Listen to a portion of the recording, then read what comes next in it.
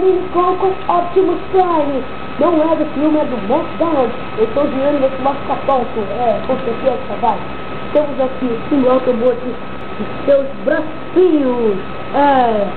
Os bracinhos. Temos aqui a frente do caminhão. A traseira dele não tem. Isso, tá dando pra ver aqui, ó. Meu Deus, está bem aqui. É tudo aberto.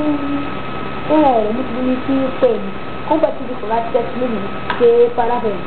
Tem inimigos para excluir o seu batedor Bumblebee e o Raio Burst, que ele acho que não conhece. Fique mais até. E dá seus produtos bonitinhos aí. Acho que é certo no fundo.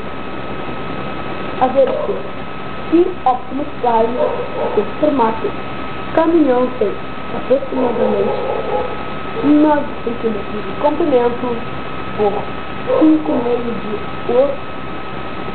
5,5 de altura. Eu falei aqui um pouquinho isso, eu não se preocupar.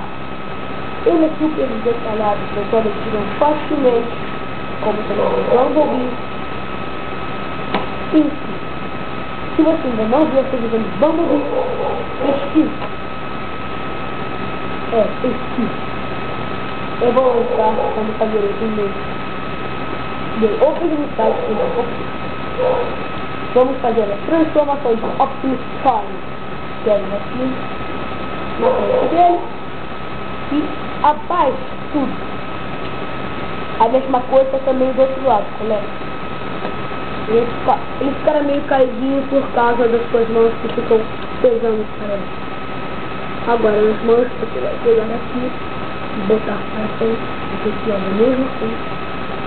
Aí tem que ficar aparecendo o símbolo Autobot desse braço e desse braço.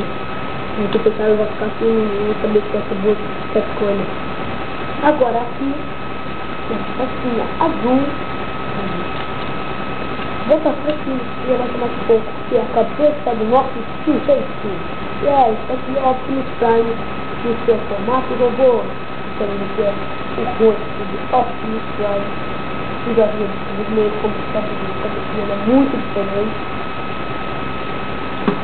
E Optimus Prime, formato robô, que é aproximadamente 11 centímetros. E Optimus Prime, muito bonitinho, tem um certinho. Bumblebee. Esse formato tá mais. Esse foi a dinastia Minicon com Optimus Prime. E volte, ele acabou de cair com esse bobão aqui, trouxa. Fazer o quê? Esse foi a dinastia Minicon e volte sempre. E me esqueça.